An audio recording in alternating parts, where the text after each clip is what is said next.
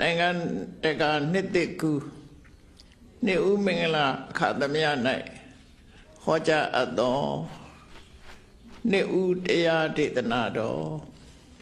မြတ်ဗုဒ္ဓဤတတိပိဆုံးမစကားကိုမတနာယူကြည့်ကြရအောင်အနမတေကောယံဘိက္ခဝေတန္တာရောမြတ်စွာဘုရားကဘဝတန်တရားကြီးဟာ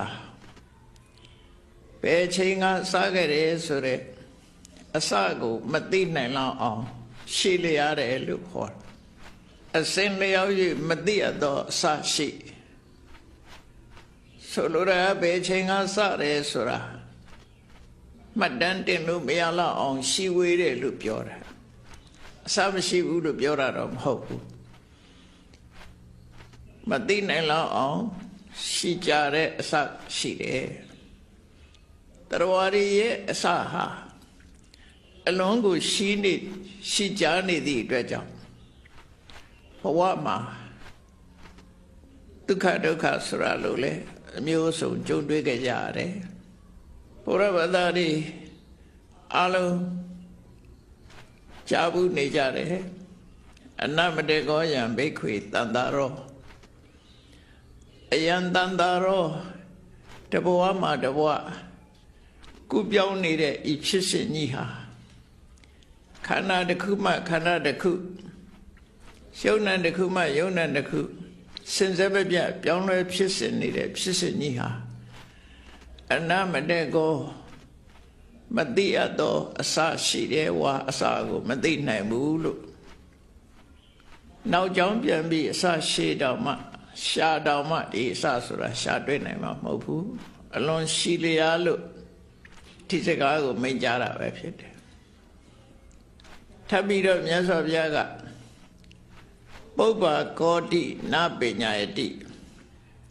အဝိဇ္ဇာနိဝရဏနံတတ္တနံတဏတန်ယောစနနံတန္တဝတ္တံတန္တရတံဘဝခရီးကြီးမှာတရားတွေဟာတဘဝကနေတဘဝချင်းတီးပြီးတော့ပြောင်းနေကြရတယ်ဟာဘယ်လိုအနေထားနဲ့တဘဝကနေတဘဝပြောင်းနေကြသလဲလို့ဆိုရင်အဝိဇ္ဇာတရားရဲ့ပိတ်ဆို့ခြင်းကိုခံရတယ်တဏှာတရားရဲ့နှောင့်ဖွဲ့ထားခြင်းကိုခံရတယ်ဆိုလိုတာကတန်တရားလဲတာဟာအမောင်ထဲမှာကျွတ်တုတ်ခံရပြီးလဲနေတယ်ဆိုတဲ့အဓိပ္ပာယ်ပဲကျွတ်တင်ပြီးတော့မြင်နိုင်စွာမရှိဘူးဒီဘဝကနေပြီးနောက်ဘယ်ဘဝသွားရမယ်ဆိုတာမြင်နိုင်စွာမရှိဘူးအဲ့ဒါအဝိဇ္ဇာကကာစီပြီးတော့ထားတာအမောင်တူကြီးကရှေ့ကကာထားပြီးလူကိုလည်းယုံမထွက်နိုင်အောင်ကျိုးတွေနဲ့ချီနှောင်ထားတယ်တဏှာဆိုတဲ့တန်ရောစဉ်ကျိုးကလည်းချီနှောင်ထားတယ်အဝိဇ္ဇာအမှောင်ကြီးနဲ့လည်းစုံစည်းနေတယ်ရှေ့ခရီးမှာဘာတွေတွေ့မေဆိုတာကိုမသိနိုင်ကြဘူးမသိနိုင်ပဲနဲ့တဘဝကနေတဘဝကုပြောင်းသွားကြတာဒါမှန်တယ်ဘုန်းကြီးတို့တွေဟာအခုလူဘဝရောက်လာတဲ့အခိုက်လေးမှာလက်ရှိဘဝအနေထားကိုသိရှိကြတော့လည်းပဲဒီဘဝအဆုံးသတ်သွားရင်ဘယ်သွားရမယ်ဆိုတာမှောင်းနေပြီမသိဘူးမသိနိုင်ဘူးမသိနိုင်တော့ကိုသွားခြင်းတဲ့နေရာသွားလို့ရလားလို့ဆိုတော့တဏှာဆိုတဲ့တန်ရောစဉ်ကချီနှောင်ထားတဲ့အတွက်ကြောင့်ကိုသွားခြင်းတဲ့နေရာသွားနိုင်တာမဟုတ်ဘူးပေါ့အဲ့တော့တရားရဲ့အနေထားကိုမြတ်စွာဘုရားကအဝိဇ္ဇာရဲ့ပိတ်ဆို့မှုကိုခံထားရတယ်တဏှာရဲ့နှောင်ကြိုးနဲ့ချီနှောင်ထားတာကိုခံရပြီးတော့တန်တရားခရီးသွားနေကြတဲ့တတ္တဝါတွေရဲ့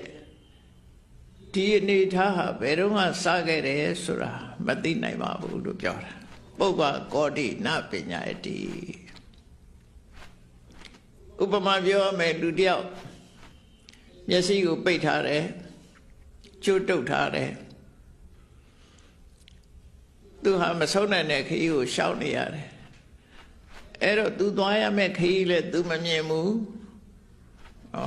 လွတ်လွတ်လပ်လပ်လဲသွားနိုင်ခြင်းမရှိဘူးမျက်စိနှောင်းပိတ်ပြီးတော့ကျိုးနဲ့စီးထားတဲ့လူတယောက်ရဲ့ခီးသွားနေရတဲ့ပုံစံမျိုး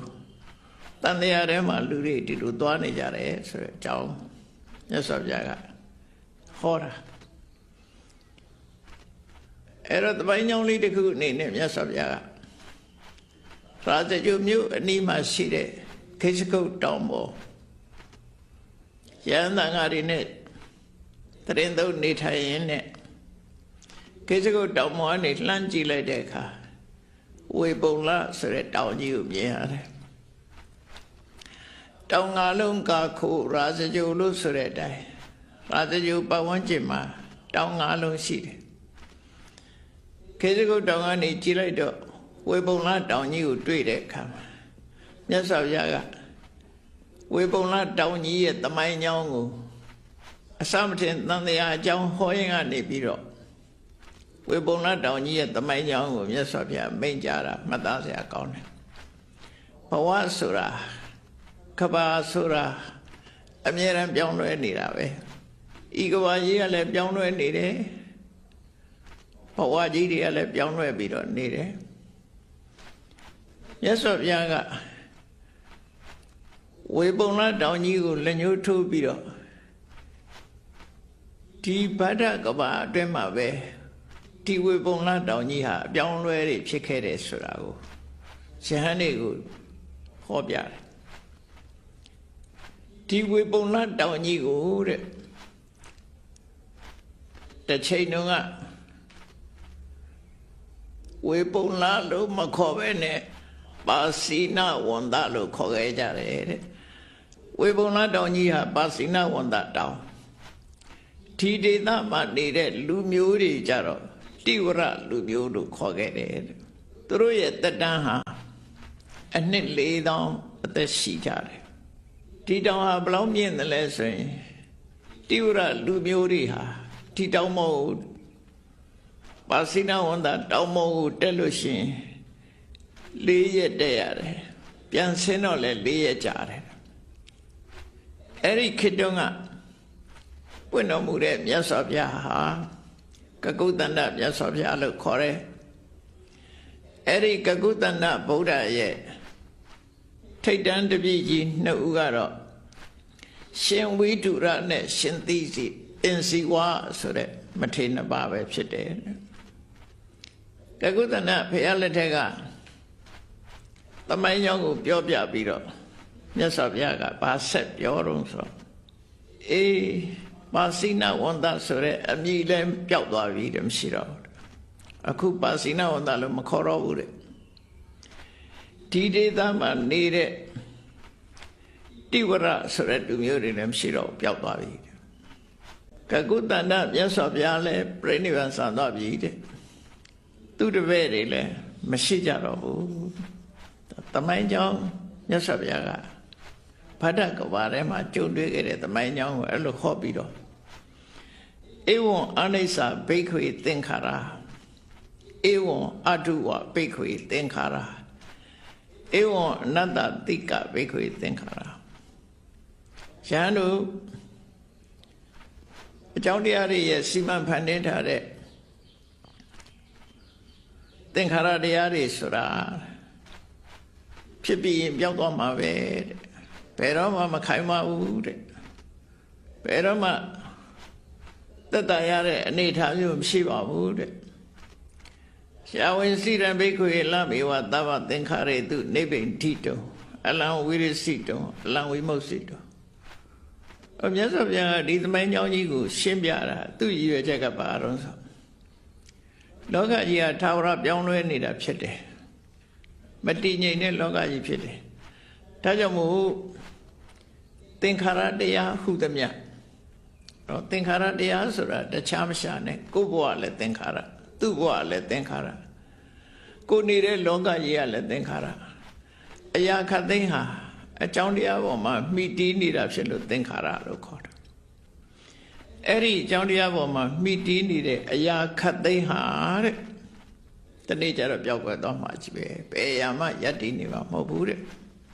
အခုပဲကြည့်လေ2021ခုနှစ် ပျောက်ကွယ်သွားပြီတော့လူတွေရဲ့ဝါဒ2022ခုနှစ်ကိုရောက်လာပြန်ဒါကြောင့်မကြခင်ပဲ2022ကုန်သွားပြီ23ရောက်အောင်ပါနှစ်စဉ်လဲနှစ်ဟောင်းนี่ကုန်းပြီးတော့နှစ်သက်ကိုဒီလိုပြောင်းလာခဲ့ကြတာဘေးရမထာဝရတည်မြဲနေတယ်ဆိုတာမရှိပါဘူးတဲ့အားလုံးဟာရွေးရှားပြောင်းလဲနေတယ် ever change ထာဝရအပြောင်းလဲကြီးနဲ့နေတဲ့ဤကဘာကြီးလို့ဤလောကကြီးလို့မြတ်စွာဘုရားအဲ့တော့ဤလောကကြီးဟာရှင်းနှက်ဆရာကောင်းလာလို့ဆိုရှင်းနှက်ဆရာမကောင်းဘူးတဲ့အေဝံအနတ္တတိကအသက်ရှူမချောင်နဲ့ထာဝရပြောင်းနေတယ်ဆိုတာအသက်ရှူပဲချောင်မလဲတည်ငြိမ်မှုမရှိဘူးတည်ငြိမ်မှုမရှိသည့်အခုဖြစ်လိုက်တော့ကြပြတ်သွားလိုက်ဖြစ်လာလိုက်ပြတ်သွားလိုက်ဆိုတဲ့ဒီအနေထားကြီးဟာဘယ်သူမှစိတ်သက်သာရစရာမရှိဘူးတဲ့သို့တော့အဲ့ဒီစိတ်သက်သာရစရာမရှိတဲ့သင်္ခါရတရားတွေပေါ်မှာကျင့်နှံ့เสียလို့မရှိကြနဲ့ကျင့်နှံ့เสียလို့မမြင်ကြနဲ့အလမေဝသဗ္ဗသင်္ခါရေတုနိဗ္ဗိန္တိတောမင်းတို့သင်္ခါရတရားတွေပေါ်မှာစိတ်ပြတ်ဖို့ကောင်းနေပြီတဲ့သို့တော်လူတွေကနေ့စဉ်ရှာကြတယ်ဘာရှာတော့သင်္ခါရတရားပဲရှာတာလေပြောတော့အလုရှာတယ်ငွေရှာတယ်ရွှေရှာတယ်နဲ့သာပြောတာအလုဆိုတာလဲခဏနေပြောက်ွယ်သွားတာအလုံးလုံးလို့ရတဲ့ငွေကြေးတနာဆိုတာလဲခဏနေပြောက်ွယ်သွားတာရှာသူကိုယ်တိုင်ကလည်းခဏနေပြောက်သွားမှာအဲ့တော့ကိုရှာနေတာတွေကခိုင်မာတဲ့အရာတွေကိုရှာတာမဟုတ်ဘူးအနှစ်သာရရှိတာကိုရှာတာမဟုတ်ဘူးတနေ့ကျတော့အလုံးဟာပျောက်ဆုံးသွားမဲ့အရာတွေဖြစ်တယ်ကိုရှာသမျှသည်သင်္ခါရတွေဖြစ်နေလို့မင်းတို့စိတ်ပြတ်ဖို့ကောင်းပြီတို့တာတွေရှားနေရတာဟာစိတ်ပြတ်ဖို့ကောင်းနေပြီတဲ့အလံဝိရစိတုံစိတ်ထဲကတွေ့တာပြီးတော့နေဖို့မကောင်းတော့ဘူးတဲ့အတွေ့အတာတွေဖြတ်တောက်ဖို့ကောင်းပြီအလံဝိမုတ်စိတုံအဲ့ဒီမတည်ငြိမ်တဲ့ဘဝကြီးကနေပြီးတော့လွတ်မြောက်အောင်လုပ်ဖို့ကောင်းပြီလို့အဲ့တော့သမိုင်းကြောင်းကိုထောက်ပြရင်မြတ်စွာဘုရားကအလုံးကိုရှီဝေးတဲ့သမိုင်းခရီးရှောက်လန်းနေကြတော့မင်းတို့တော်လောက်ပြီစိတ်ပြတ်ဖို့ကောင်းလာပြီရှစ်ဆက်မလျှောက်ချင်ကြနဲ့တော့ဒီသင်္ခါရတရားတွေနဲ့သင်္ခါရတရားတွေလုံးဝချုပ်ငြိမ်းသွားတဲ့နိဗ္ဗာန်ကိုရအောင်လုပ်ဖို့ကောင်းပြီလို့ဆိုလို့တယ်ပေါ့နော်ဒါကြီးကဘယ်တော့မှလူတွေကမငြင်းငွေကြတော့ငြင်းငွေဖို့ရမြတ်စွာဘုရားတိုက်တွန်းတာလို့ဆိုလို့တယ်ပေါ့နောက်တစ်ခါကကုသနာမြတ်စွာဘုရားလက်ထက်ကသမိုင်းကြောင်းကိုဟောပြီးတဲ့နောက်မှာဆက်ဟောတယ်ဒီဗဒ္ဒကဘာမှာပဲကကုသနာမြတ်စွာဘုရားပွင့်ပြီးတဲ့အခါမှာလူတွေရဲ့တဏ္ဍာဟာတပြေးပြေးဆုပ်သွားပြီးတော့စနစ်တန်းထီအောင်ကျဆင်းသွားတယ်စနစ်တန်းထီအောင်ရောက်သွားတဲ့အခါမှာလူတွေရဲ့ဇယိုက်တွေဟာလုံးဝကြမ်းတမ်းပြီးတော့အသိဉာဏ်တွေလည်းအားနည်းပြီးလူတွေရဲ့အမုန်းတရားတွေကလည်းခါသီးတဲ့အမုန်းတရားတွေဖြစ်လာတော့တယောက်နဲ့တယောက်တတ်ကြဖြတ်ကြတဲ့အဆင့်ထိရောက်သွားကြတရိစ္ဆာန်တစ်ကောင်ကိုတွေ့ရင်ဝိုင်းပြီးတော့တတ်ကြသလိုပဲလူချင်းချင်းတွေ့ပြီဆိုရင်တတ်ကြတယ်ခါသီးသောအမုန်းတရားတွေရဲ့လွှမ်းမိုးမှုကြောင့်နိုင်သူကရှုံးသူကိုတပ်ဖြတ်နေတဲ့အနေအထားမျိုးရောက်သွားတယ်တဲ့စနစ်တန်းရောက်ပြီဆိုလို့ရှိရင်လူတွေဟာတက်တန်းတို့သလိုကိုကျင့်တရားတွေဆိုတာတခုမှမရှိဘူးအဲ့ဒီခေတ်ရောက်သွားလို့ရှိရင်အမေကိုပြုစုလို့ကြွေးတာတို့အဖေကိုပြုစုလို့ကြွေးတာတို့အမေဖေလို့အသိမှတ်ပြုတာတွေမရှိတော့အဲ့တော့ဘယ်သူပဲဖြစ်ဖြစ်အမျက်ဒေါသဖြစ်လာလို့ရှိရင်တတ်ဖြတ်လူရကြတာတွေလှုပ်လာမယ်တဲ့အဲ့ဒီချိန်မှာသူတို့တွေ့သမျှတွေဟာလက်နဲ့တွေဖြစ်ပြီးတော့တုံနဲ့တူတတ်ကြဖြတ်ကြလိမ့်မယ်အဲ့ဒါနဲ့လူမျိုးຫນွယ်ကြီးတစ်ခုလုံးဟာလူမျိုးတုံသဘောမျိုးလောက်ထိအောင်ဖြစ်သွားမယ်လို့သူများကိုလည်းတတ်လို့စဲမရှိဘူးကိုယ်လည်းအသက်ခံအမှကြောက်တဲ့ ကြောက်ပြီးတော့လူတွေနဲ့ဝေးတဲ့နေရာမှာသွားရောက်ပုန်းနေတဲ့လူအချို့လောက်ပဲကြံအပုန်းကောင်းတဲ့လူအချို့လောက်ကြံပြီးကြံတဲ့လူမျိုးနွယ်တွေဟာပြုံးသွားလိမ့်မယ်အဲ့ဒီကြတဲ့အခါလူလောကမှာလူတွေကုံတလုံးဖြစ်သွားတော့တိတ်ဆိတ်ငြိမ်သက်သွားလို့တောတောင်လိုင်ကူတွေမှာပုံနေတဲ့လူတွေထွက်လာကြတော့တယောက်တယောက်မြင်တွေ့တဲ့အခါအော်မင်းလည်းအသက်ရှိသေးတယ်ကိုမင်းလည်းအသက်ရှိသေးကိုနဲ့တုံးနဲ့တူဝမ်းသာအားရဖက်ပြီးတော့ငိုကြွေးကြပြီးတူမေတ္တာတူမှာဆိုပြီးမေတ္တာတရားထားအဲ့ဒီကြတော့မှမေတ္တာစိတ်တွေဝင်လာကြတယ်ရှင်တဲ့ကဒေါသတွေပျောက်သွားပြီးတော့မေတ္တာတွေရောက်လာတာနဲ့တပြိုင်နက်သူတို့ရဲ့သာသမီတွေဟာ10နှစ်ကနေပြီးအသက်20ပြန်ပြီးတော့အသက်တန်းရှိလာကြတယ်တဖြည်းဖြည်းတိုးတက်လာလိုက်တာနောက်ဆုံးအသက်ဘလောက်ဆိုတာတောင်ရေတွက်လို့မရလောက်အောင်အသင်ခြေထိအောင်ခြေပြီးတော့နောက်တတန်းနေပြန်ရော့လာပြန်တယ်ပြန်ဆုတ်လာပြီးတော့လူတွေရဲ့တတန်းအနှစ်3000တန်း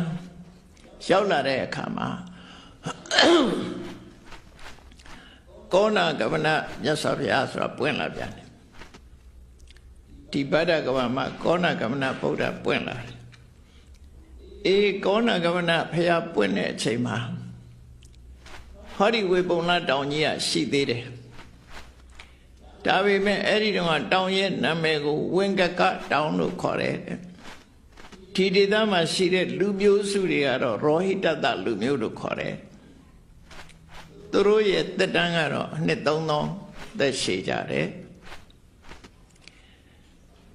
အဲ့ဒီခေတ်ကလူတွေဟာဝင်္ကကတောင်ကိုတက်လို့ရှိရင်3ရက်တက်ရတယ်ပြန်ဆင်းရင်လည်း3ရက်ကြာတယ်ကောဏကမနမြတ်စွာဘုရားပွင့်လို့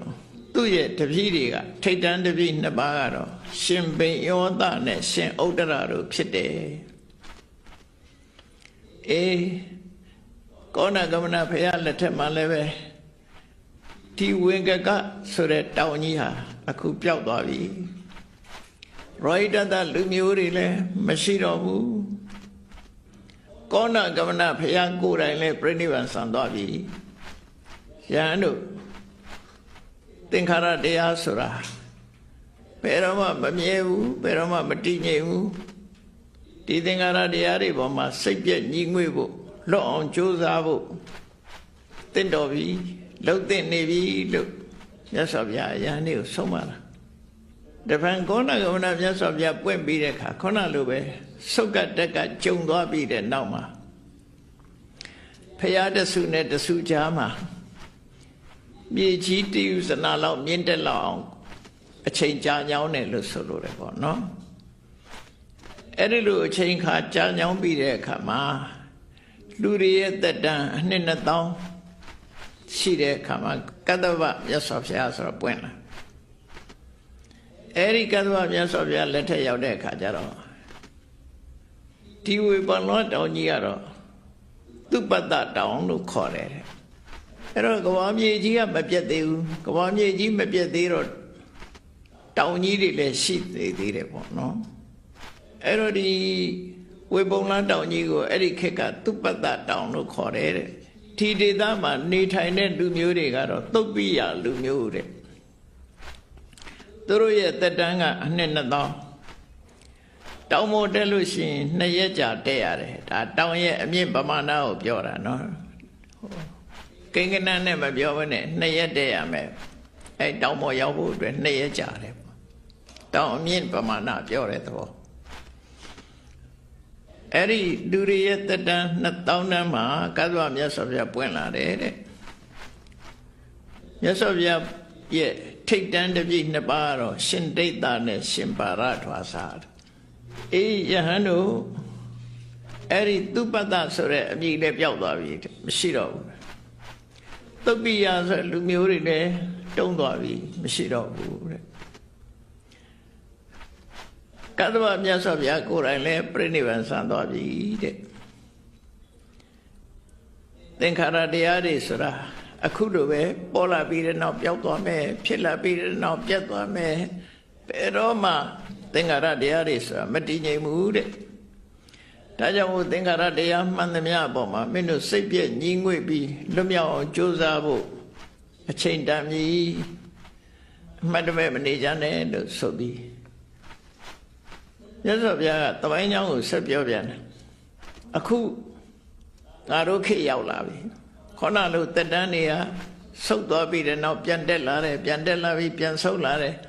မြေကြီးကတေယုဇနမြင့်တက်သွားတဲ့အခါမှာလူတွေရဲ့တက်တန်းအနှစ်100တန်းရောက်လာတယ်အဲ့ဒီ100တန်းရောက်လာတဲ့အခါကျတော့ဒီတောင်ကြီးကိုဝေပုံလာတောင်လို့ခေါ်ကြပြန်တယ်လူမျိုးတွေကတော့မဂရလူမျိုးလူတွေရဲ့တက်တန်းကတော့တိုးပါတယ်တဲ့မြတ်စွာဘုရားကအပကံအာယုပမနံလူတွေရဲ့တက်တန်းကအတော်ကိုတိုးတယ်လဟုကံနေမြင့်ညာပြောက်အခုပဲဒီလူတွေးလိုက်တဲ့တော့ကြသိသွားတယ်နေမြင့်ညာပြောက်တော့အောင်အလုံးကိုလင်းမြန်တယ်ယောစိရံဇေဝတိအသက်အရှိဆုံးလို့ဆိုရတဲ့လူတောင်မှပဲအသက်တရားပိုနေနေပေါ်တဲ့အဲ့ဒီခေတ်ကနော်ခုခေတ်ပေါ့မြတ်စွာဘုရားကပိုတောင်မှနည်းနည်းပဲပိုတာပါတဲ့သက်တရားကျော်ရှည်တဲ့ပုဂ္ဂိုလ်တွေက200ထိအောင်မရောက်ဘူးလို့စာပေမှာဒီလိုတော့ဆိုထားတယ်အဲ့တော့ဒီဝေပုံလတောင်ကြီးကိုတက်မဲ့ဆိုရင်အခုတက်အခုဆင်းအခုတက်သွားခဏနေပြန်ဆင်းလာလို့ရတယ်တောင်ကြီးကလည်းနှိမ့်ဆင်းသွားတဲ့အဓိပ္ပာယ်ပြောတာနော်ဘာကြောင့်တောင်ကနှိမ့်သွားတာတုံးဆိုမြေကြီးကမြင့်တက်သွားဘာကြောင့်မြေကြီးကမြင့်တက်တုံးဆိုစဉ်းစားကြည့်လေနေ့စဉ်နဲ့အမျှအမှုန်မွားတွေကြားတယ်တည်ရွက်တွေနောက်လူသေးတဲ့လူတွေမြုပ်ရတယ်နဲ့ဆိုတော့ဒီမြေကြီးကအထက်တက်လာတာဒါကြောင့်မလို့ရှေးအောင်သူဒေသနာဆိုမြေကြီးတဲ့တူးယူရတာလေဘယ်ခက်ကဆိုတာဒီလိုမြုပ်သွားတာအကုန်လုံးတပြည့်မြုပ်သွားတာအဲ့တော့မြုပ်သွားလို့ဗမာသမိုင်းကြောင်းကိုကြည့်မဲ့တော့မှပဲအခုပဲကူးမျိုးပဲကြည့်ပဲခူးဟာဟုတ်ရင်တော့ပင်လည်းရေအောင်မှရှိတယ်ဟင်းသာငှက်တကောင်နားယုံလောက်ကုန်းကလေးပေါ်တယ်အဲ့ဒီကနေခုမြေပြင်ကြီးဖြစ်သွားရေတွေပျောက်သွားပြီးတော့ကုန်းပေါ်လာတယ်အဲ့ဒီသဘောပဲတဖြည်းဖြည်းရှေးပြင်းမြေပြင်တွေကမြင့်တက်လာတာမြင့်တက်လာတဲ့အခါကျတော့တောင်တွေကတော့မမြင့်မဲနဲ့တောင်တွေအခြေခံထားတဲ့မြေသားတွေကမြင့်တက်လာတဲ့အခါတောင်တွေကတဖြည်းဖြည်းနှိမ့်သွားတာအဲ့လိုဆိုလိုတာပါတောင်တွေကတဖြည်းဖြည်းနှိမ့်သွားတယ်ဒါကြောင့်မို့ကကုသန္တမြတ်စွာဘုရားလက်ထက်အခါကာလတုန်းကဒီ4ရက်တက်ရတဲ့တောင်ဟာကောရမဘုရားမြတ်စွာဘုရားလက်ထက်ရောက်တယ်အခုတက်အခုဆင်းဖြစ်သွားတယ်အဲ့တော့တောင်ရဲ့ပမာဏတွေကလည်းပြောင်းလဲမယ်ဆိုတာထင်ရှားတယ်ပေါ့နော်အလုံးဟာအမြင့်တွေကလည်းနှိမ့်လာတယ်နှိမ့်တာတွေကလည်းမြင့်လာတယ်အဲ့တော့မြေကြီးတွေမြင့်တက်လာသည့်အတွက်ကြောင့်ဒီလိုဖြစ်တာအခုမြတ်စွာဘုရားကဆက်ပြောတယ်ငါဘုရားအနေနဲ့လောကမှာပွင့်ပေါ်နေတယ်ငါရဲ့ထိတ်တန်တပည့်ကတော့ရှင်သာရိပုတ္တရာနဲ့ရှမောက္ကလန်တို့ဖြစ်တယ်ဆိုပြီးတော့ဘဝိတ္တိသောသမယောတဲ့ဒီအခြေအနေတစ်ခုကျုံလာလိမ့်မယ်ဒီအချိန်ရောက်လာလိမ့်မယ်တဲ့ဘာလို့ဆိုရင်ဟောဒီဝေပုံလားတောင်ကြီးရဲ့အမိပြောက်သွားမယ်အဲ့ဒီအချိန်ရောက်လာတော့မယ်တဲ့ရောက်လာမယ်တဲ့ဒီနေ့ကျရင်ဒီဝေပုံလားတောင်ကြီးရဲ့အမြင်ဟာလဲအမိနာမဟာလဲကွယ်ပြောက်သွားမယ်ဒီဒေသမှာနေကြတဲ့လူမျိုးစုတွေကလည်းပဲကွယ်ပြောက်သွားလိမ့်မယ်တဲ့ငါလည်းပဲပြိဋိဘံဆံရလိမ့်မယ်အဲ့တော့ဘယ်ဟာမှမတည်မြဲဘူးဆိုတာကိုမြတ်စွာဘုရားဟောတာပါဒီတော့ကဒါကြောင့်မို့ဧဝံအနိစ္စဘိက္ခွေသင်္ခါရယန္တုအကြောင်းတရားကနေပေါင်းစပ်ပြီးတော့ထုတ်ဖော်ထားတာအဲ့တော့အကြောင်းတရားပေါင်းစပ်ထုတ်ဖော်ထားတာဆိုတာကြည့်ပေါ့တစ်ပင်တစ်ပင်ဆိုလို့ရှိရင် မျိုးစိတ်လေးကဒါကထုတ်လုပ်တဲ့အကြောင်းတရားလို့ခေါ်တယ် producing cause ပေါ့အဲ့ဒီမျိုးစိတ်လေးကအပင်နဲ့အမြစ်တို့အပင်ဖြစ်ဖို့ရအတွက်မြေနဲ့ရေကအကူအညီပေးထားတယ်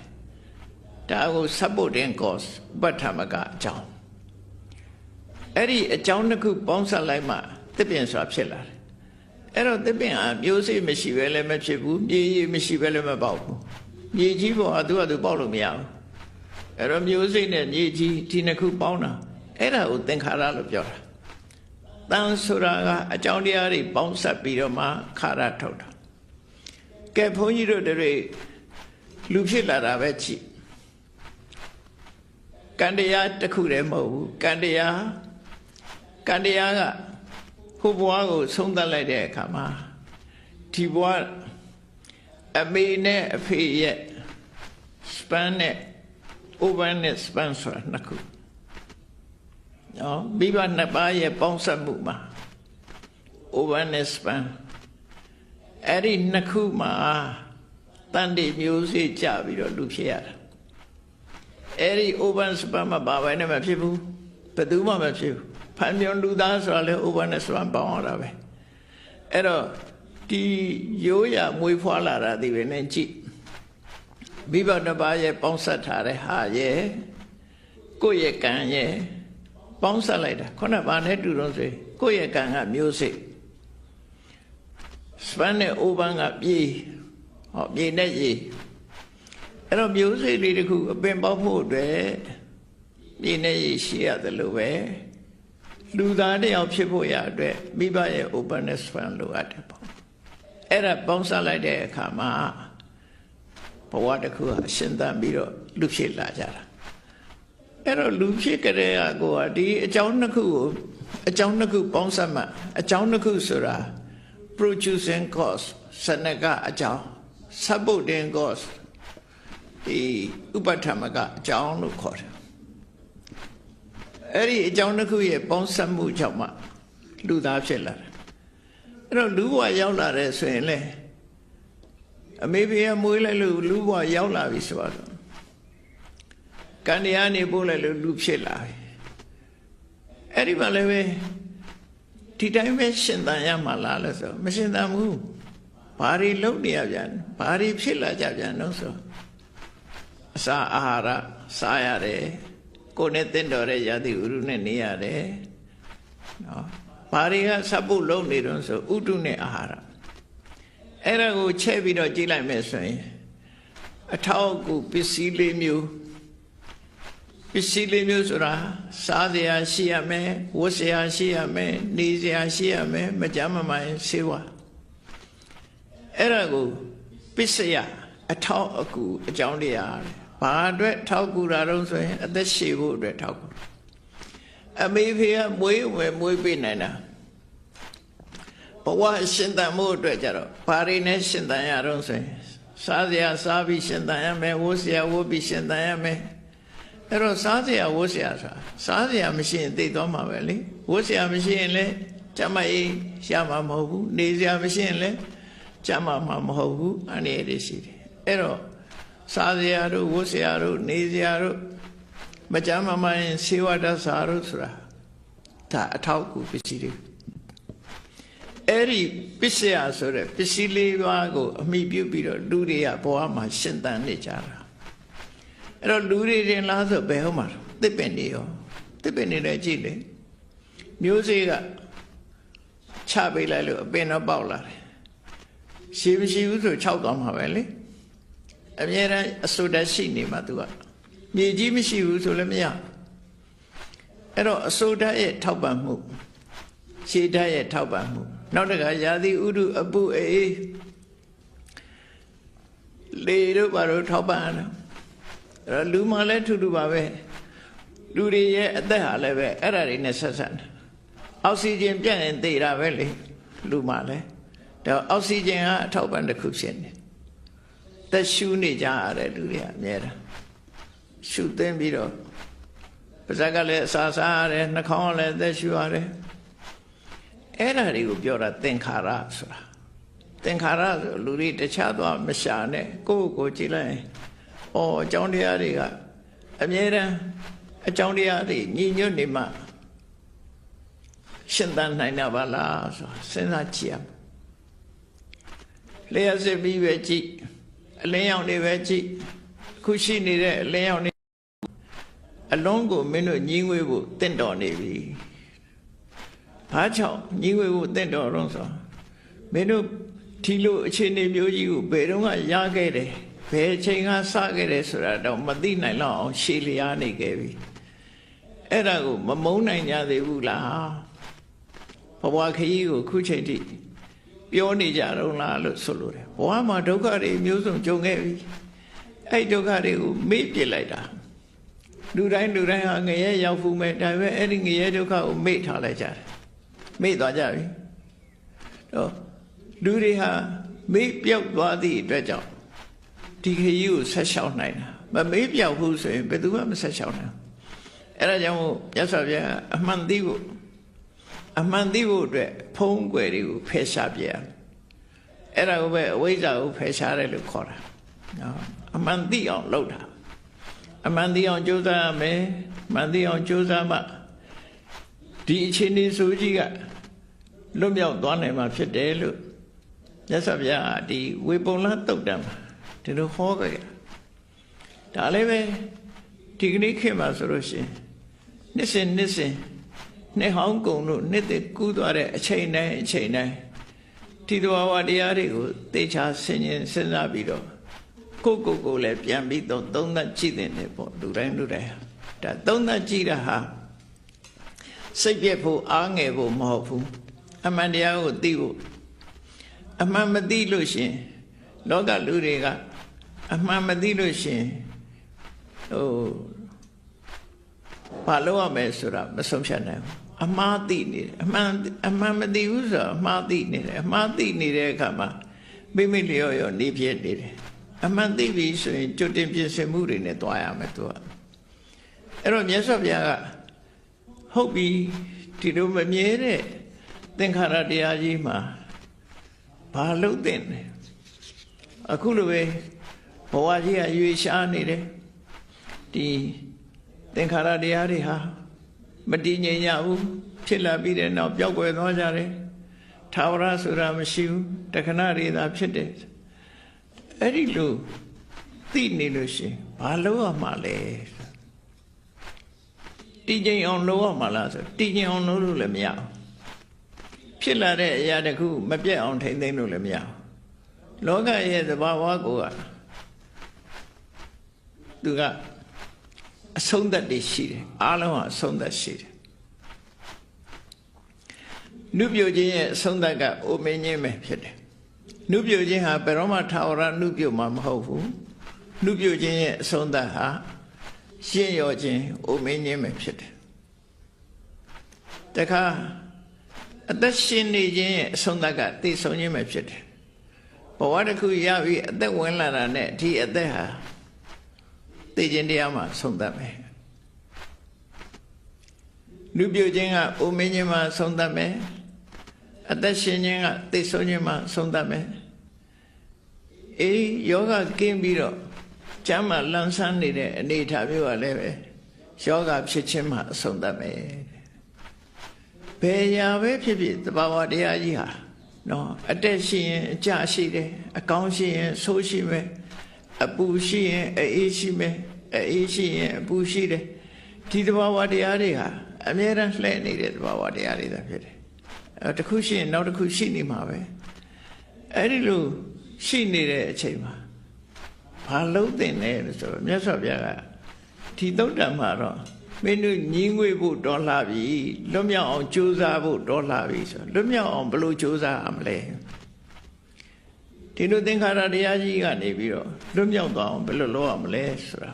နောက်သုတ်တံတစ်ခုမှာမြတ်စွာဘုရားဟောထားတာလေးကိုကြည့်လူသက်တမ်းနဲ့ပတ်သက်ပြီးမြတ်စွာဘုရားဟောထားတယ်အပ္ပမိဒံဘိက္ခွေမနုဿာနာအာယုတဲ့ယနေ့ခေတ်သူတို့ရဲ့သက်တမ်းဟာသိပ်တိုတယ်ဟုတ်တယ်အသက်တရားရန်လို့ဆိုရင်တရားနေရတဲ့လူဆိုတော့ရှားတယ် နာရေးကြော်ညာကြည့်လိုက်လို့ရှိရင်ဟုတ်လား30 40 50 60 90သွားကုန်ညာမရှိတော့အဲ့တော့လူတွေရဲ့အသက်တန်းဟာတရားဆိုတာမမှန်းနိုင်လောက်အောင်ရှိလျားတဲ့အရှိကြီးပဲဖြစ်တယ်အဲ့တော့ခဏရဲ့လူတွေရဲ့သက်တန်းဟာအလွန်ကိုတိုးတယ်စဉ်းစားရမှာလူသက်တန်းဟာအလွန်တိုးတယ်တိုးတဲ့အခါမှာသိသွားပြီဆိုရင်သိသွားလို့ရှိရင်သိသွားရင်ပြီးရောလားတချို့ဘာသာတရားတွေကတော့သိသွားတာရဲ့နောက်မှာဘာမှမရှိဘူးလို့ထင်ကြတယ်နောက်ဘဝကိုမယုံကြည်ကြတာနဲ့မရှိဘူးလို့ရှုံကြည်ကြတာဒီနှစ်ခုရှိတယ်ပေါ့နောက်ဘဝရှိတယ်ဆိုတာမယုံဘူးမရှိဘူးလို့ယူဆကြတယ်မြတ်စွာဘုရားကတော့နောက်ဘဝရှိတယ်လို့ဟောထားတယ်ခမဏီယောတံပရာယောတဲ့နောက်ဘဝကိုမင်းတို့သွားရမှာပဲတဲ့ဒါလူဆိုတာဖြစ်ပြမှုဟာစင်စဲမပြတ်သွားနေတာဆိုတော့ဒီဘဝအဆုံးသတ်သွားလို့ရှိရင်နောက်ဘဝပြန်စားမယ်ဒီလိုဆိုလို့တံပရာယောနောက်တမလွန်ဘဝဆိုတာကမဏီယောရောက်ရမှာပဲရောက်ကိုရောက်အောင်မှာဒီဘဝသိသွားရင်နောက်ဘဝတစ်ခုတော့ရောက်မှာ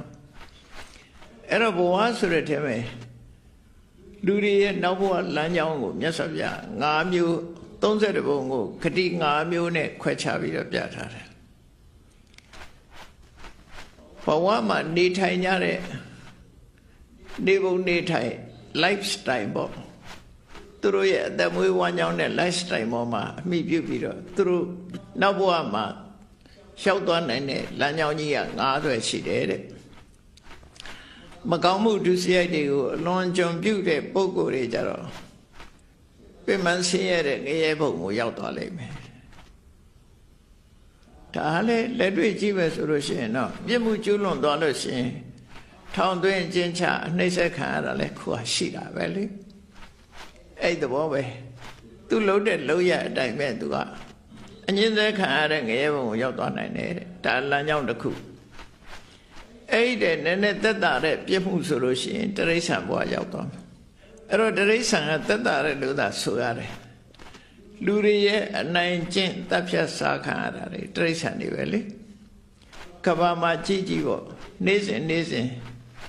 လူသေးတာတဲ့အစာပေါင်းများစွာတိရစ္ဆာန်တွေကသက်တမ်းမရှိခင်လူတွေကသတ်စားနေကြတာသတ်စားရုံနဲ့မကဘူးအနိုင်ကျင့်တာတွေဘယ်လောက်ဆိုးလဲလို့ဆိုရင်ခုခေတ်မှာဆိုရင်နီးပညာဆိုပြီးတော့အသုံးချပြီးတော့ကြက်တွေပါလေဆိုကြားဘူးတာဖတ်ဘူးတာပြောရမယ်ဆိုရင်ကြက်တွေကိုမလှုပ်နိုင်မရှားနိုင်အောင်ချင်းကြက်ကလေးမှထားပြီးအစာကျွေးဥခိုင်းဆေးတွေကျွေးဥခိုင်းဝက်တွေဆိုလဲအသားတိုးအောင်လုပ်အဲ့လိုလုပ်ပြီးတော့သတ်စားနေကြတာလေအဲ့တော့လူတွေရဲ့အနိုင်ကျင့်တပ်ဖြတ်မှုဟာအတိုင်းနဲ့အလွန်ဆိုးအလွန်နဲ့ပေါ့တိရစ္ဆာန်တွေကိုတပ်ဖြတ်ပြီးတော့အနိုင်ကျင့်စားတော့နေရမသိခင်နဲ့ချုံနှောင်ထားတယ်သိပြီးတော့လည်းတတ်လိုက်တယ်အဲ့တော့သူတို့ဘဝလွတ်လပ်တာရှိမှဖြစ်တာတချို့ဆိုလို့ရှိရင်တရဘဝတောင်မရောက်သေးဘူးဥမာမဲ့9 ဦးလေးတွေဆိုရင်9 ဘဝတောင်မရောက်ဘူးလေဥဘဝနဲ့ပဲဆုံးသွားတယ်ကြက်ဥတွေဆိုလဲကြက်တွေဟာအကောင်တော့မဖြစ်လဲအောင်အကောင်မဖြစ်ရင်အလင်းရောင်ပဲတွေးရမယ်အမောင်နဲ့ပဲသူတို့ဟာဘဝခရီးကိုသွားနေရတာတကယ်အမောင်နဲ့သွားနေတာတတိစစ်မှာပဲသိဆုံးသွားကြတဲ့တရဝတွေကမြောက်များစွာရှိတယ်တန်းချီရှိတယ်နေ့စဉ်နဲ့အမြတ်မှာလဲတပ်ဖြတ်ခံနေရတဲ့တရဝတွေအများကြီးပဲအဲ့တော့လောကကြီးအခြေအနေကိုကြည့်လိုက်မယ်ဆိုရင်ဒါတရဝတွေတိရစ္ဆာန်လောကကိုကြည့်လိုက်မယ်ဆိုရင်အညမညခာရိကာဒုဗ္ဗလခာရိကာတကောင်းသတ်စားတယ်ငါးလည်းငါးချင်းလည်းစားတာပဲဖားလည်းဖားချင်းလည်းစားတာပဲမွေရလည်းမွေချင်းစားတာပဲဒါအညမညခာရိကာမျိုးတူတွေလည်းသတ်စားတာဒုဗ္ဗလခာရိကာအာမရှိတဲ့ကောင်အာရှိတဲ့ကောင်အနိုင်ကျင့်သတ်ဖြတ်စားတာဒါတိရစ္ဆာန်ဘဝရဲ့အနေထားကြည့်သူ သူတို့ထမင်းတွေပဲချက်ပြုတ်စားရမှာမဟုတ်တာအရှင်လက်လက်သက်စားတယ်အရှင်လက်လက်မျိုးတယ်အဲ့ဒီတိရစ္ဆာန်ဘဝကိုလည်းရောက်သွားကြတယ်အဲ့ဒီတဲ့နည်းနည်းသက်သာရင်ပြိတ္တာဘဝဆိုတာစားလောင်းလောင်းငတ်ငတ်ပြက်ပြက်အမြဲတမ်းစားလောင်းနေတဲ့ hungry ghost ပေါ့အမြဲတမ်းစားလောင်းနေတဲ့ပြိတ္တာဘဝဆင်းရဲဒုက္ခရောက်နေတဲ့ပြိတ္တာဘဝရောက်တယ်တဲ့ကုသိုလ်ကောင်းမှုတွေရှိရင်တော့လူဘဝလူဂတိမနုဿဂတိရောက်လာအဲ့ဒီတဲ့ကုသိုလ်ကောင်းမှုကိုများများကြီးပြုလုပ်တဲ့ပုဂ္ဂိုလ်တွေကြတော့နတ်ပြည်တို့ဗြဟ္မပြည်တို့ရောက်အဲ့ဒါကိုဂတိ၅ပါးလို့ခေါ်တယ်တိရိယဂတိတိရိစ္ဆာနဂတိပေတဂတိမနုဿဂတိဒေဝဂတိအဲ့တော့ဘယ်သူပဲဖြစ်ဖြစ်ခဏလူသားတွေဟာဖယ်နိုင်ငံသားပဲဖြစ်ဖြစ်ဘာလူမျိုးပဲဖြစ်ဖြစ်သိသွားရင်ဒီ၅ခုတစ်ခုတော့ရောက်သိကြတယ်အကုသိုလ်များရင်ငရဲရောက်မယ်ဣရိယာဂတိအဲ့ဒီသက်သာရင်တိရိစ္ဆာနဂတိတိရိစ္ဆာန်ဘုံရောက်မယ်အဲ့ဒီတဲ့သက်သာတာပိဋကဂတိပြိဋ္ဌာဘုံရောက်မယ်ချမ်းသာဒုက္ခရတာမနုဿဂတိလူဘုံရောက်မယ်ထေဝဂတိနတ်ဘုံကိုရောက်မယ်လို့အဲ့ဒါကိုပြောတာခမနိယောတံပရာယောမင်းဒီဘဝသိလို့ရှိရင်နောက်ဘဝတစ်ခုတော့ရောက်မှသိကြတယ်ရောက်သွားလိမ့်မယ်တဲ့အဲ့တော့လူအသက်ဟာတူတယ်နောက်ဘဝဆိုတာဧကန်ရှိတယ်ဒါကြောင့်ဒါဖြစ်ဘာလို့ရမလို့ဆိုမြတ်စွာဘုရားဆုံးမတယ်ကတ္တပံကုသလံအပြစ်ကင်းပြီးတော့ကောင်းကျိုးချမ်းသာရတဲ့အလုပ်ကိုလုပ်ပါလို့ပြောတယ်ကုသိုလ်ဆိုတာအပြစ်ကင်းပြီးကောင်းကျိုးချမ်းသာပေးတဲ့အလုပ်ကိုဆိုလိုတယ်ဘယ်ဟာပဲဖြစ်ဖြစ်ကောင်းတဲ့အလုပ်မကောင်းတဲ့အလုပ်ဆိုတာနှစ်ခုရှိတယ်နော်အစာတောင်မှပဲခန္ဓာကိုယ်အကျိုးပြုတဲ့အစားအစာရှိတယ်ခန္ဓာကိုယ်ထဲမှာအစိတ်တောက်ဖြစ်တဲ့အစားအစာရှိတယ်တဘာဝကောလေအဲ့ဒါလိုပဲလူစိတ်ထဲမှာဖြစ်တဲ့ဟာကအပြစ်ကင်းတဲ့စိတ်အနေထားတစ်ခုအပြစ်ရှိတဲ့စိတ်အနေထားတစ်ခုအပြစ်ကင်းတဲ့စိတ်သဘောထားကိုကုသိုလ်လို့ခေါ်ပြီးတော့အပြစ်ဖြစ်တဲ့သဘောထားကိုအကုသိုလ်လို့ခေါ်တာပဲကုသိုလ်အကုသိုလ်ရှင်းရှင်းလေးသူကနော်အပြစ်ရဲ့ပြီးတော့အကျိုးထုတ်တဲ့အခါမှာသူကနှစ်ခုမှတ်တာကုသိုလ်ဆိုတာအပြစ်ကင်းတယ်အပြစ်ကင်းတယ်တန့်စင်တယ်ကောင်းကျိုးထုတ်ဆောင်ပေးတယ်ဒါကုသိုလ်အကုသိုလ်ဆိုတာအပြစ်ရှိတယ်သဘာဝကိုကမကောင်းဘူးမကောင်းတဲ့ကျိုးကိုလည်းထုတ်လုပ်တယ်ဟောအဲ့ဒါအကုသိုလ်အဲ့တော့မြတ်စွာဘုရားကအေးဘဝမှာနောက်ဘဝသွားရမှာဆိုတော့ကတ္တဗံကုသလအပြစ်ကင်းပြီးကောင်းကျိုးချမ်းသာပေးမဲ့အလုပ်တွေကိုမင်းတို့လုပ်တဲ့နဲ့အဲ့ဒီအလုပ်တွေကိုဘုရားဘာသာမြတ်စွာဘုရားဘာဟောတော့ဌာနလုပ်တာဒါနလုပ်တာဆိုတာဘုန်းကြီးကျောင်းလှူတာတို့ဒါတွေပြောတာမဟုတ်ဘူးအကုန်လုံးနော်တချို့ကဒါနလုပ်တယ်ဆိုအဲ့ဒါမှမဟုတ်ဘူးကိုမိသားစုအချင်းချင်းကိုအပေါင်းအသင်းတကယ်ချင်းတွေမှာကြွေးတာမွေးတာဟိုရင်ပြုတာကိုစားတဲ့တဲ့ခွဲပေးတာကိုညီတာအလုံးဟာဒါနတွေကြီးပဲကော်ဖီတစ်ခွဲတိုက်တာအစမျှဝေစားတာမှန်သမျှဒါနပဲကိုပေးတာမိဘကိုကြွေးတယ်မိသားစုကြွေးတယ်မေတ္တာနဲ့အလုံးမိသားစုကြွေးတယ်နောက်ဆွေမျိုးမိတ်တင်္ဂါတွေကြွေးတယ်အလှူဒါနပြုတယ်အလုံးဒါတွေကဒါနတွေကြီးပဲနော်သီလဆိုတာကိုယ်ကျင်တရားထိမ့်သိမ်းဆောက်ရှောက်တယ်သူများသက်မသက်ဘူးသူများဥစ္စာမခိုးဘူးသူတော်ဘာသားများကိုမပြစ်မှားဘူးလူသိက္ခာကိုထိမ့်သိမ်းတယ်မုဒ္ဒဝါဒလူတစ်ဖက်သားဒုက္ခရောက်တော့အောင်လိမ်ပြီးပြောဆိုတာမလုပ်ဘူးမုဒ္ဒဝါဒဆိုတာသူများဒုက္ခရောက်တော့အောင်ပြောတဲ့မုဒ္ဒဝါဒကိုဆိုလိုတယ်ဒီနေ့မြတ်စွာဘုရားကိုယ်တိုင်ရှင်းပြတဲ့မုဒ္ဒဝါဒတရားရုံမှာဖြစ်စေဆွေမျိုးတွေရဲ့အလဲမှာဖြစ်စေလူပရိသတ်အတွင်းမှာပဲဖြစ်စေသူ့ကိုတသက်အရာထားပြီးတော့ခေါ်မေးတယ်ဒါမင်းသိတာပြောစမ်းမြင်တာပြောစမ်းဆိုရင်မမြင်မဲနဲ့လည်းမြင်တယ်ပြောတယ်မသိပဲနဲ့လည်းသိတယ်ပြောဒီလိုလိမ်ပြီးပြောသည့်အတွက်ကြောင့်တစ်ဖက်သားဒုက္ခရောက်သွားတယ်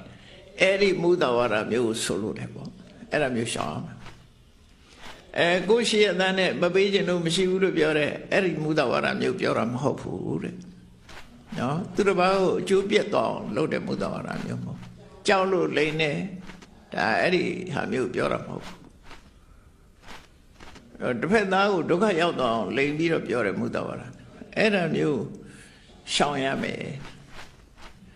မူရစေဝတေးတေးတောက်သုံးမှုကိုရှောင်ရမယ်ဒါကဘာလို့ရှောင်ခိုင်းတာတော့ဆိုရင်လူရဲ့တန်ဖိုးကဘာတော့ဆိုအသိဉာဏ်လူဟာတိရစ္ဆာန်နေတဲ့သားတာဘာတော့ဆိုရင်အုံနောက်လို့ပြောခြင်းပြောပေါ့တင်စားပြောတာအုံနောက်ဆိုတာအသိဉာဏ်ကိုဆိုလို့တယ်အဲ့ဒီအသိဉာဏ်ကိုဝေဝါပျက်စီးသွားစေတတ်တာမူရစေဝပဲလေအဲ့တော့ကိုတန်ဖိုးရှိတဲ့အရာတစ်ခုဆုံးရှုံးသွားတာကိုလူတွေကမသိလိုက်ကြဘူးပိုက်ဆံနေဆုံးရှုံးသွားမှရွှေတွေငွေတွေဆုံးရှုံးသွားမှဆုံးရှုံးနေထင်နေတာမှန်ကိုမှရွှေနဲ့ငွေနဲ့ဝယ်လို့မရတဲ့အုံနောက်ဆုံးသွားတာပို့ဆိုတယ်အသိဉာဏ်နဲ့အသိစိတ်တွေဆုံးသွားတယ်အဲ့ဒါကိုဘသူကဆုံးရှုံးစေတော့ဆိုဒီအရက်ကဆုံးရှုံးစေတယ်တေးတဲ့ရက်ကဆုံးရှုံးစေတယ်အဲ့ဒီအချိန်မှာကြည့်လိုက်လူဟာမူရစ်နေတဲ့အချိန်ကိုကြည့်လိုက် hallucination ဖြစ်တယ်အမှန်တရားတွေကိုမသိတော့ဘူးမပြောသင့်တာတွေပြောလာတယ်အဲ့လိုအသိစိတ်ပျောက်သွားတာအမှတ်တင်ညာတွေပျောက်သွားတဲ့ဘဝမျိုးဟာအခြေအနေမျိုးဟာတော်တော်ဆိုးရတဲ့အခြေအနေပဲပေါ့အဲ့ဒါကြောင့်မို့လို့ဝိရစေဝဆိုတာရှောင်တဲ့တယ်တေးသေးတောက်သုံးတာကိုရှောင်တဲ့တယ်အဲ့တော့အဓိကကတော့သီလဆိုတာ၅ပါးသီလပဲ၅ပါးသီလကတပါးလုံးရင်ပြီးတယ်လို့မရှိဘူး၅ပါးလုံးလုံးမှဘာကြောင့်လို့ဆိုရင်လူဘဝဆိုတာ၅ပါးလုံးပြည့်စုံမှလူဖြစ်လာလို့ရှိရင်လူတိုင်းဟာအသက်ရှိခြင်းတယ်နော်နောက်တစ်ခါပစ္စည်းဥစ္စာပေါ်ခြင်းတယ်ခုံသိက္ခာရှိခြင်းတယ်ဆွဆွဲကဲရမခံညင်ဘူးအကျူမြင့်ညင်တယ်အဲ့ဒါတွေကငါးပါးသီလလုံးမရမှာအသက်ရှိဖို့အတွက်ပါဏာတိပဒလုံးရမယ်ငွေကြေးတနာပြည့်စုံမှုအတွက်အရိဏဒါနလုံးရမယ်ခုံသိက္ခာရှိဖို့အတွက်ကာမေတုမိစ္ဆာဆရာလုံးရမယ်အစွတ်ဆွဲမခံရဖို့အတွက်မုဒ္ဒဝါဒလုံးရမယ်အင်ကျူမြင့်မှုအတွက်သူရမေရလုံးရမယ်ကဲလူပီပီသားသားနဲ့လူဘဝမှာတန်ဖိုးရှိဖို့ဆိုတာငါးပါးသီလလွဲလို့ဘာမှဖြစ်ငါးပါးသီလမပြည့်စုံရင်မပြည့်စုံနိုင်ဘူးသူတို့ဆိုလို့တယ်ကျန်တာတွေတော့လုံးမရဲ့ပါဏာတိပါဒမလုံးမှုဆိုရင်ငယ်ငယ်သိမှာပဲလေအဲ့လိုပစ္စည်းဥစ္စာတွေဘလောက်ချမ်းသာတထေးသားဖြစ်ပြီးမွေးသေးသွားဘာလို့မလဲအဲ့ဒါကြောင့်မို့လို့သီလဆိုတာအပြစ်ကင်းပြီးတော့ကောင်းတဲ့အလုပ်ဖြစ်တယ်ဒါကြောင့်မို့အဲ့ဒါကိုလုပ်ရမယ်မြတ်စွာဘုရားကငါးပါးသီလနဲ့ပတ်သက်ပြီးဒီမှာစရိတ္တဗံဗြဟ္မစရိယံမြတ်သောအကျင့်ကိုကျင့်မှလူတွေအတွက်မြတ်သောအကျင့်ဆိုတာအနည်းဆုံးငါးပါးသီလအကျင့်ကိုပြောတာနော်စရိတ္တဗံဗြဟ္မစရိယံဗြဟ္မစရိယံဆိုတာအမျိုးမျိုးရှိတဲ့ထဲမှာဓမ္မပါဠဇတ်ဆိုလို့ရှိရင်အိမ်တော်ကြီးမဖောက်ပြန်တာလဲဗြဟ္မစရိယလို့ခေါ်တယ်မေရုံမှုကရှောင်ကျင်တာကိုလည်းဗြဟ္မစရိယလို့ခေါ်တယ်ဒါနကောင်းမှုကိုလည်းဗြဟ္မစရိယလို့ခေါ်တာရှိတယ်ပေါ့နော်အဲ့ဒါကြောင့်စရိတ္တဗံဗြဟ္မစရိယံဆိုလိုတာကမြင့်မြတ်တဲ့အပြုအမူနဲ့နေထိုင်ပါလို့ဆိုလိုတယ်လူသိက္ခာရှိရှိမြင့်မြတ်တဲ့အနေအထားမျိုးနဲ့နေပါတဲ့ဆိုပြီးတော့မြတ်စွာဘုရားဗာတတိပေးတော့နတ္ထိဇာတတအမရဏံဒါလုံးဝကိုမှတ်သားထားရမယ်စကားမွေးလာပြီးတော့မသေးတဲ့လူဆိုတာမရှိဘူးလောကမှာဒါအရေးကြီးတယ်ဒါမို့နတ္ထိဇာတတအမရဏံမွေးလာပြီးတော့မသေးတဲ့လူဆိုတာလောကမှာမရှိဘူးတဲ့ဘယ်သူမှမရှိဘူးဘယ်လူမျိုးမှလည်းမရှိဘူးဘယ်နိုင်ငံမှလည်းမရှိဘူးမွေးလာပြီးရင်သိမှာပဲဒါသိကြပေါ့အဲ့တော့မွေးလာပြီးမအိုရာမအိုဘူးဆိုတာဟိုရုပ်ပြက်စင်မြက်ကြီးဖြစ်မသွားတာရှိကောင်းရှိနိုင်သေးတယ်မွေးလာပြီးတဲ့နောက်ယောဂမဖြစ်ဘဲနဲ့တစ်သလုံးကျမ်းမာတာရှိကောင်းရှိနိုင်တယ်နော်မွေးလာပြီးမသေးတာဆိုတာမရှိကုန်ရှိဘူးနောက်ဆုံးကတော့သိဆုံးခြင်းမှအဆုံးသတ်မယ်ဆိုအဲ့တော့မသေးခင်ဘာတွေလုပ်လဲဆိုမြတ်စွာဘုရားလုပ်ငန်းနှစ်ခုပေးထားတယ်ကတ္တဗံကုသလစရိတ္တဗံဗြဟ္မစရိယံကောင်းတာတွေလုပ်ကောင်းတဲ့အကျင့်ကိုကျင့်ဒီစကလုံးနှလုံးကအဗ္ဗဓမ္မတာသွားတယ်ကောင်းတာတွေလုပ်ပြီးတော့ကောင်းတဲ့အကျင့်ကိုကျင့်ပါကောင်းတဲ့အမှုရာတွေနဲ့နေထိုင်ပါလို့ဆိုလိုတယ်အဲ့တော့လောကမှာဒီလိုမြတ်စွာဘုရားရဲ့အဆုံးအမတရားတွေကိုလိုက်နာမယ်ဆိုလို့ရှိရင်တော့တမိုးရှိတဲ့အနေအထားတစ်ခုကိုရရှိမှာဖြစ်တယ်ပေါ့ မြတ်စွာဘုရားပေးထားတဲ့ကုသိုလ်ကောင်းမှုဆိုတာအစဉ်စဉ်ရှိတယ်အစဉ်စဉ်ရှိတယ်မိဘလှုပ်ကြွေးတာလဲဓမ္မတန်ဖိုးရှိတဲ့ကုသိုလ်ကောင်းမှုတစ်ခုဖြစ်တယ်မိတ်ဆွေသင်္ကအပေါင်းအသင်းကိုကူညီဆောင်ရွက်တာလည်းပဲအမှန်တန်ကောင်းတဲ့အကျင့်ပဲသူစရိုက်တရားတွေကျင့်သုံးနေထိုင်တာလည်းအမှန်တန်ကောင်းတဲ့အကျင့်ပဲဒီအကျင့်တွေဟာဘဝရဲ့ဒုက္ခတွေကိုအတော်အသင့်တားဆီးနိုင်တယ်သို့တော့ဘဝကထွက်ဖို့အတွက်ကတော့မလုံလောက်သေးဘူးတဲ့အဲ့ဒီအကျင့်တွေလည်းမလုံလောက်သေးဘူးတဲ့ဘဝကထွက်မြောက်ဖို့ကြတော့ဘာလို့အောင်မလဲဆိုရင်စိတ်ဓာတ်တည်ငြိမ်အောင်ကြိုးစားပြီးတော့အသိပညာကိုတိုးမြင့်ရမယ်စိတ်ဓာတ်တည်ငြိမ်အောင်ထားတာကတမာတိကျင့်စဉ်သမထအကျင့်ကိုကျင့်တာအသိပညာကိုတိုးမြင့်တာကြတော့ဝိပဿနာအဲ့ဒါနှစ်ခုမလုပ်ဖဲနဲ့ဘဝကမထွက်နိုင်ဘူးလူတိုင်းအဲ့တော့စိတ်ဓာတ်တည်ငြိမ်အောင်လုပ်တဲ့ထဲမှာတန်ဖိုးရှိတဲ့ထဲမှာ